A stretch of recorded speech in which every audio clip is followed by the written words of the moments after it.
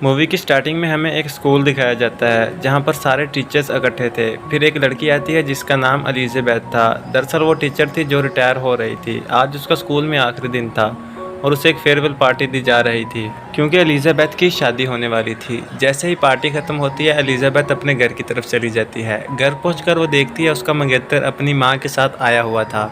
उसका मंगेतर उसे कहता है कि मैं तुमसे रिश्ता तोड़ने के लिए आया हूँ क्योंकि मैं जानता हूँ कि तुम मेरे लिए सिर्फ पैसे से प्यार करती हो, तुम मुझसे प्यार नहीं करती। दरअसल एलिज़ाबेथ का मंगेतर काफ़ी ज़्यादा अमीर होता है और वो उससे सिर्फ पैसे के लिए प्यार करती थी और इस महीने उसने अपने मंगेतर के काफ़ी पैसे खर्च कर दिए थे और वो इसकी सच्चाई जान गया था और इसलिए उसे शादी के लिए मना कर रहा था। एलिज़ाबेथ अपने मंगेतर को काफ़ी कन्विंस करने की कोशिश करती है कि वो उससे शादी ना तोड़े, लेकिन वो उसकी एक भी बात नहीं सुनता और चला जाता है। इसके बाद अपना खर्चा चलाने के लिए एलिज़ाबेथ को एक जॉब की तलाश थी। वो एक स्कूल के अंदर टीचर लग जाती है और स्कूल में उसकी मुलाकात एमी नाम की टीचर से होती है। एमी एक अच्छी लड़की थी लेकिन एलिज़ाबेथ बहुत घमंडी औरत थी, इसलिए स्कूल के पहले दिन ही उन दोनों का आपस में झगड़ा हो जाता है। इसके बाद एलिज़ाबेथ क्लास के अंदर चली जाती है जहाँ पर उसने बच्चों को पढ़ाना था, लेकिन वो सबके सामने बैठकर खाना शुरू कर देती है और खाना खाने के बाद वो उन्हें एक मूवी लगा कर दे देती है जिससे बच्चे मूवी देखना शुरू हो जाते हैं। फिर एलिज़ाबेथ वहीं सो जाती है। इसके बाद एलिज़ाबेथ की एक और टीचर के साथ मुलाकात होती है जिसका नाम लीना होता है। वो लीना को बताती है कि मुझे टीचिंग में कोई भी शौक़ नहीं, मैं ये जॉब सिर्फ पैसे के लिए कर रही हूँ। मैं पैसा कमाने के बाद अपनी सर्जरी करवाऊँगी ताकि मैं थोड़ी हॉट और सेक्सी अट्रैक्टिव नज़र आ सकूं। इसलिए वो लीना से कहती है कि मुझे यहाँ पर एक अमीर लड़के की तलाश है जो काफ़ी पैसे वाला हो। इसके बाद यहाँ पर हम देखते हैं एक टीचर आ जाता है जो इतना हैंडसम नहीं होता और वो इतना पैसे वाला भी नहीं होता, लेकिन वो एलिज़ाबेथ को काफ़ी लाइक करता था। लेकिन एलिज़ाबेथ उसको भाव नहीं देती क्योंकि वो अमीर नहीं था। इसके बाद एलिज़ाबेथ को पता चलता है कि स्कूल में नया टीचर आया है जो देखने में काफ़ी हैंडसम है और काफ़ी पैसे वाला भी। बस फिर एलिज़ाबेथ पहुंच जाती है उसके साथ और उससे कहती है कि आप स्कूल के अंदर नए आए हो, इसलिए चलो मैं आपको सारा स्कूल घुमा देती हूँ। और उसे लेकर स्कूल में घूमने फिरने चली हो जाती है और उसके साथ थोड़ा ओपन होने की कोशिश करती है और उससे पूछती है कि क्या आप सिंगल हैं। वो कहता है कि नहीं, मेरा अभी अभी ब्रेकअप हुआ है और ये मेरी गर्लफ्रेंड की फ़ोटो है जो देखने में काफ़ी हॉट और सेक्सी थी, जिसे देखकर एलिज़ाबेथ जेलसी महसूस करती है क्योंकि एलिज़ाबेथ स्कॉट की गर्लफ्रेंड के जितनी सेक्सी नहीं थी, इसलिए वो भी डिसाइड करती है कि वो अपनी सर्जरी करवाएगी और थोड़ी हॉट और हैंडसम दिखाई देगी। इसके बाद वो चली जाती है।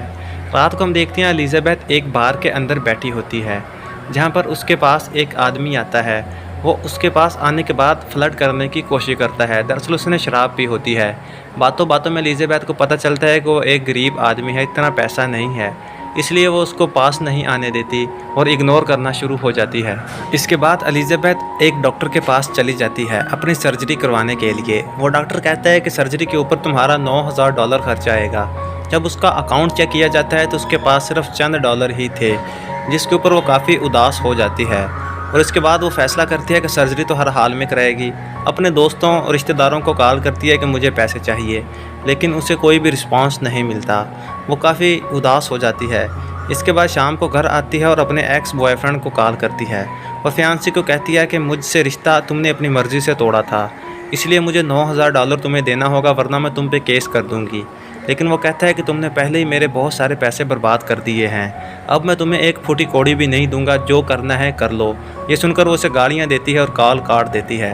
अगले दिन वो क्लास के अंदर बैठी गेम खेल रही होती है कि उसके पास 7 क्लास की स्टूडेंट आती है और उससे कहती है कि हम सारे स्टूडेंट मिलकर एक इवेंट लॉन्च कर रहे हैं जिसमें हम लोगों की गाड़ियाँ वॉश करेंगे। लेकिन इस बात के ऊपर एलिज़ाबेथ कोई भी इंटरेस्टिंग नहीं लेती। लेकिन जब वो बताती है कि पिछले साल हमने $6,000 कमाए थे, ये बात सुनकर एलिज़ाबेथ हैरान रह जाती है और उसे कहती है कि तुम्हारे इस इवेंट को कौन लीड कर रही है। तो वो कहती है कि हमारी टीचर एमी। दरअसल एमी वही टीचर होती है जिसका पहले दिन एलिज़ाबेथ के साथ झगड़ा हो गया था।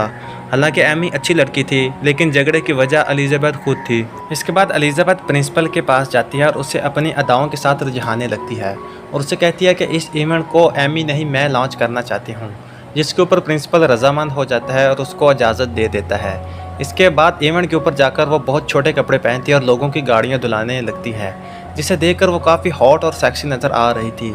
सारे के सारे लोग उससे ही देख रहे थे और बहुत सारे लोग आकर उससे अपनी गाड़ी को वॉश करवाना शुरू हो जाते हैं। वो ये कहकर लोगों से ज़्यादा पैसे चार्ज करती है कि ये पैसे बच्चों की बेहतर एजुकेशन में इस्तेमाल होने वाले हैं। इसके बाद लोगों की नज़रें उससे हट नहीं रही, यहाँ तक कि पुलिस वालों की भी नज़रें एलिजाबेथ से हट नहीं रही थी और आगे जाकर वो एक गाड़ी के अंदर गाड़ी को ठोक देते हैं। एलिजाबेथ इस इवेंट से काफ़ी पैसे कमा लेती है और कुछ पैसे छुपा भी लेती है, लेकिन एमी उसे देख लेती है। वो जाकर प्रिंसिपल को उसकी कंप्लेन कर देती है कि इसने इवेंट से पैसे छुपाए भी हैं।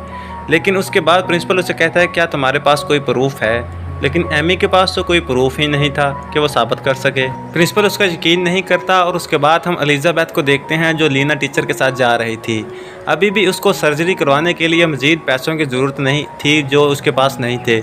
उसे पता चलता है कि स्टेट एक टेस्ट करवा रही है जिसके स्टूडेंट के सारे सब्जेक्ट पास हो जाएंगे उसको $5000 का इनाम दिया जाएगा। इसीलिए एलिजाबेथ ये फैसला कर लेती है कि आज के बाद वो बच्चों को दिल लगाकर पढ़ाएगी और अच्छी तैयारी करवाएगी ताकि वो अच्छे नंबर ले सकें और उसे इनाम मिल सके। लेकिन उसके पास इतने दिन बाकी नहीं थे कि वो बच्चों को अच्छी तैयारी करवा कर पास करवा सके।